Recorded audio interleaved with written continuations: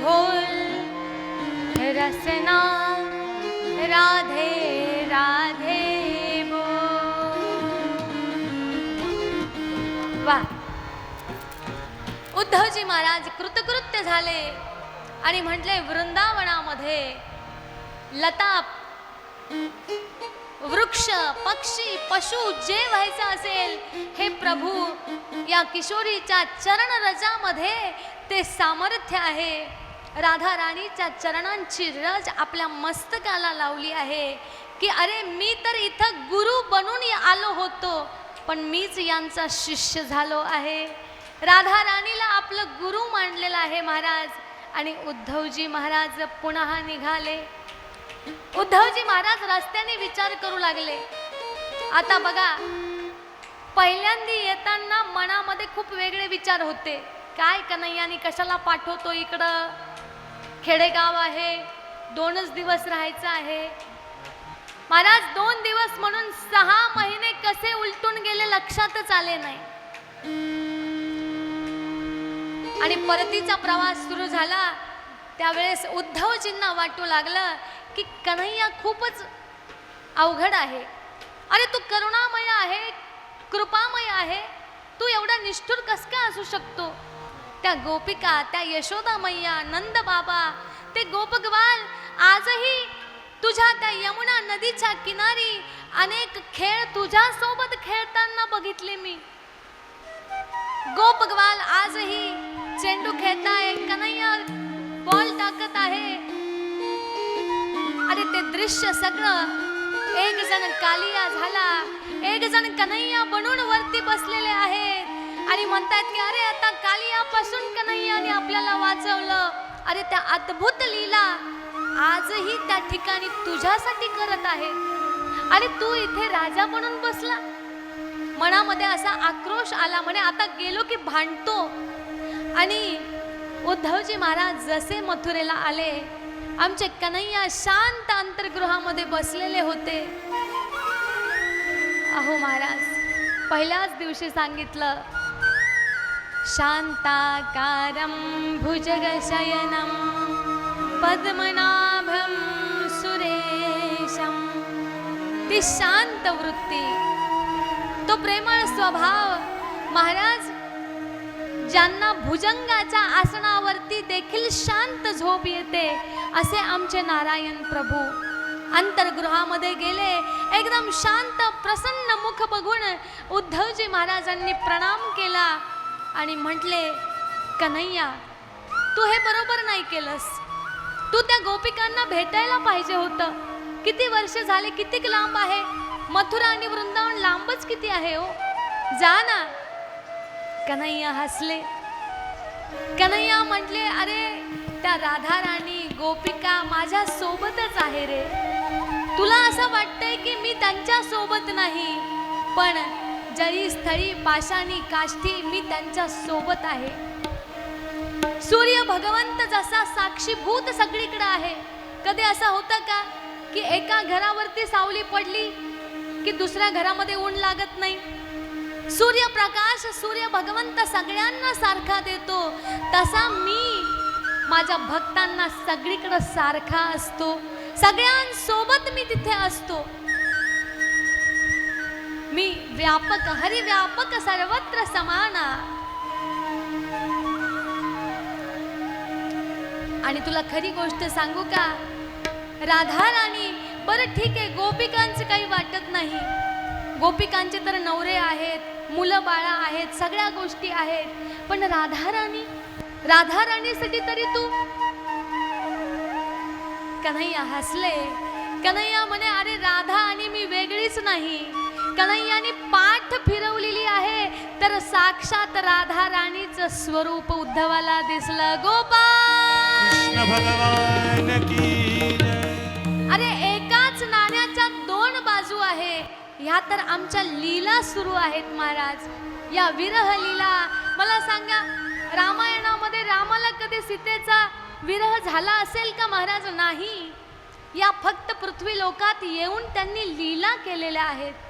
राधा कृष्ण स्वरूपां वही कृष्णं राधा स्वरूपिणं सदात्मानं निकुञ्जस्थं श्रीगुरुरूपं सदा भजे. राधा कृष्ण वेगळे नाही महाराज, एकच आहे. एकदा काय झालं, राधा राणी कदंबाच्या वृक्षाच्या खाली जाऊन बसली आणि म्हटली की कृष्ण कृष्ण कृष्ण कृष्ण जप करू लागली. कृष्ण कृष्ण राधा भजत राधा श्याम भई, और सखियन से पूछने लगी कि राधा कहाँ गई. बघा, कृष्ण कृष्ण म्हणता म्हणता स्वतः कृष्ण झाली आणि सगळ्या गोपिकाला म्हणती, ए मंगला, ए ललिता, विशाखा, अगं राधा कुठे गेली? अगं तूच राधा आहे, तूच कृष्ण आहे, वेगळं काही नाही महाराज. ही फक्त भेद दृष्टी आहे. ही दृष्टी आपली दृष्टी आहे. ही ज्यावेळेस मल विक्षेप आवरण निघून जातात त्यावेळेस हृदय ग्रंथी छिद्यन्ते, हृदय ग्रंथी छिद्यन्ते, सर्व संशयाः क्षीयन्ते चास्य कर्माणि सप्ताह श्रवणे कृते.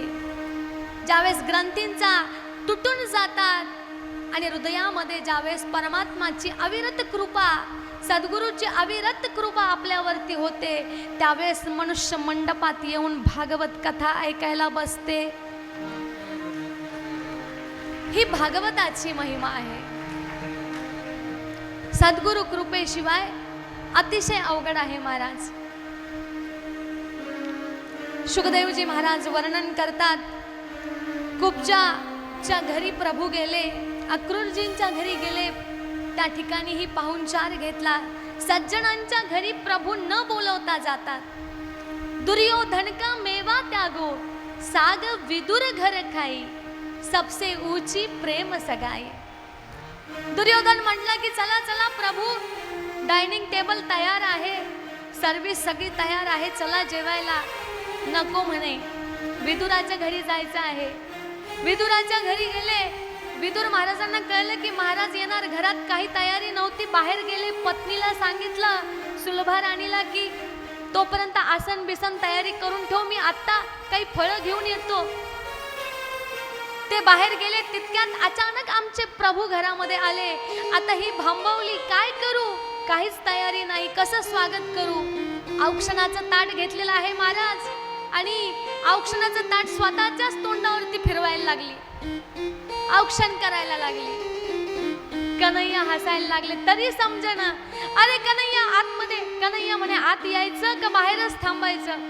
अहो नाही नाही, आत या ना, या. विदुराणीनं आतमध्ये घेऊन गेली. छोटंसं घर होतं, चौरंग टाकलेला होता आणि पलंग टाकलेला होता, त्याच्यावरती आसन बिछावलेलं होतं. विदुराणी इतकी भांबावली, तिला लक्षात येईना प्रभूची सेवा कशी करू. आणि एकटी असल्यामुळे तिनं काय केलं, पलंगावर जाऊन बसली आणि खाली चौरंगावरती कन्हैयाला बसवलं.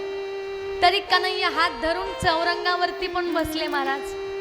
आणि म्हणे कसं काय चाललं, सगळं छान चाललं ना? हो. तिकडून विदुरजी महाराज केळीची फणी घेऊन आले महाराज आणि आले आणि म्हणते, बघतात तर काय, पलंगावरती आपली बायको बसली आणि परमात्माला खाली बसवलं. अरे देवा देवा, तुम्ही कुठे खाली? अगं उठ. अरे लक्षातच नाही आलं. प्रभूचं रूप बघून इतके मनमोहून गेले की खाली कुठे बसायचं हे समजत नव्हतं. महाराज घाबरलेली आहे, उठली, पलंगावरती बसवलं. म्हणे महाराज कालच कुशाचं आसन करून आणलं तुमच्यासाठी, बसा. बसले कृष्ण कन्हैया आणि विदुर महाराज म्हणायला लागले, अगं जा, केळी आणलेली आहे, आता सध्यापुरती तात्पुरता फलाहार देऊ कन्हैयाला. विदुराणीच्या समोर केळी ठेवली. विदुराणी चौरंगावरती बसली आहे, केळी सोलून देत आहे महाराज कन्हैयाला.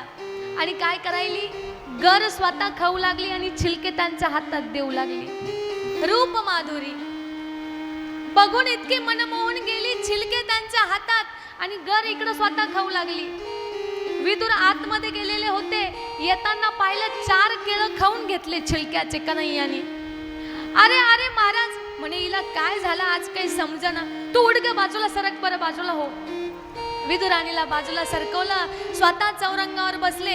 कन्हैया, अहो बघा तरी काय खाताय तुम्ही? आणि कन्हैयाला मग स्वतः चांगला गर काढून दिलेला आहे आणि म्हणे कन्हैया तुम्ही खा. कन्हैयाने खायला लागले, तो पण खाऊ लागले. आता विदुर महाराज म्हणले, महाराज आता कसं लागलं तुम्हाला? कदली फल छान आहे की नाही, गोड आहे की नाही? कन्हैया हसले आणि काय म्हटले असेल महाराज? म्हणे पहिले विदुराणीने जे खाऊ घातलं ते जास्त मधुर होतं म्हणे तुझ्या या फळापेक्षा. कारण तिनं भावनेनं खाऊ घातलं होतं, प्रेमाने खाऊ घातलेलं होतं. दुर्योधन का मेवा त्यागो साग विदुर घर खाई, सबसे ऊंची प्रेम सगाई. असेच अक्रूरजींच्या घरी आणि आमच्या कुब्जा मातेच्या घरी कुब्जाला अष्टवक्रेला नीट केल्यानंतर कुब्जा म्हणली माझ्या घरी चला. कन्हैया म्हटली वेळ नाही, आता एक दिवस नक्की येईल. आता तिची आठवण झाली आणि तिच्या घरीही पाहुणचार घेतला, तिची सेवाही स्वीकार केली. गोपाल कृष्ण भगवान की जय. श्री कृष्ण परमात्मा आणि रुक्मिणी मातेचं स्वयंवर आपण काल सप्तश्लोकामधलं पत्र ऐकलं. या 7ही श्लोकामध्ये रुक्मिणी मातेनं नवविधा भक्तीचं वर्णन केलेलं आहे. सगळ्यात पहिली भक्ती म्हणजे श्रवण भक्ती आणि पत्राच्या पहिल्या सुरुवातीच्या श्लोकाला सांगितलं श्रुत्वा गुणान.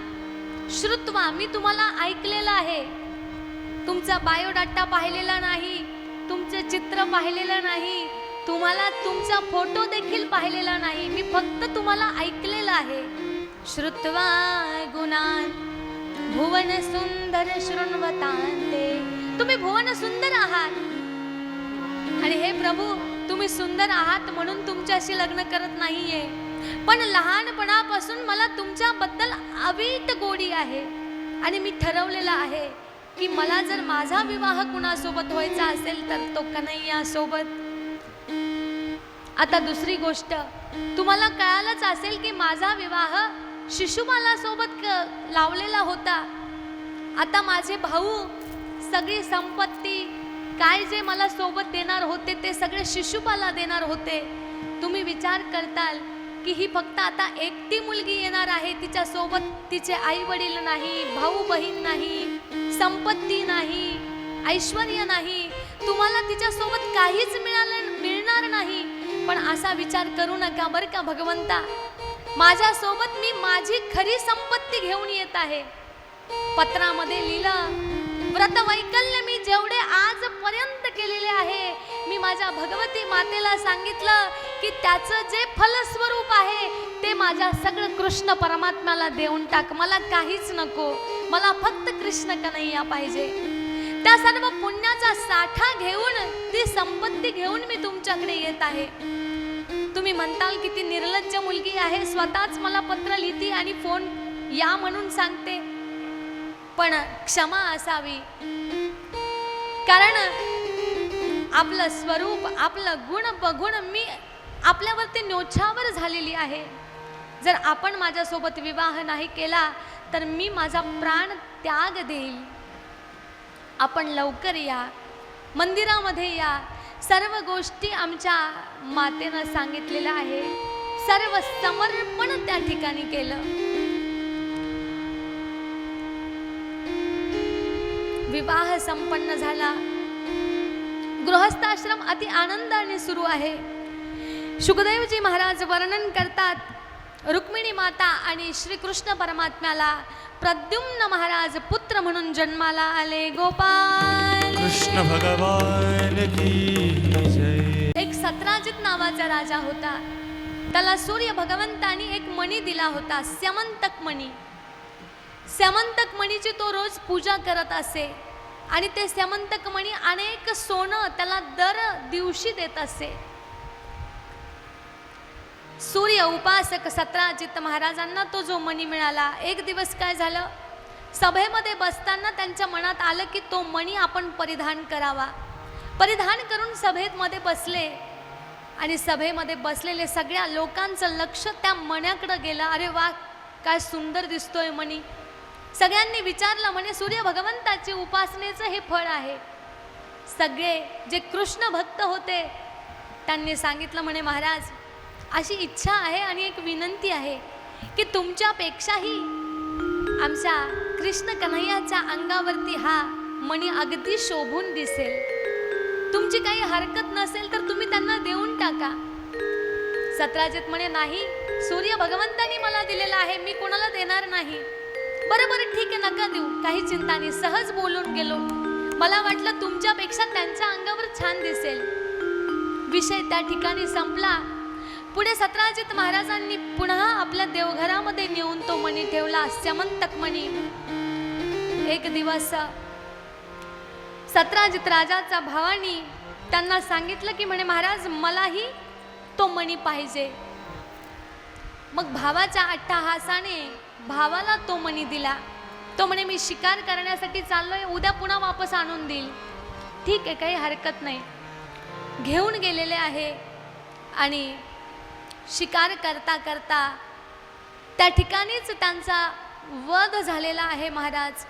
आणि तो जो मणी आहे त्या ठिकाणी तो गुप्त होऊन गेला, सापडलाच नाही. सगळे सैनिक गेले, माहिती नाही झालं. सत्राजित राजा रडायला लागला, अरे भाऊ पण गेला आणि मणी पण गेला महाराज.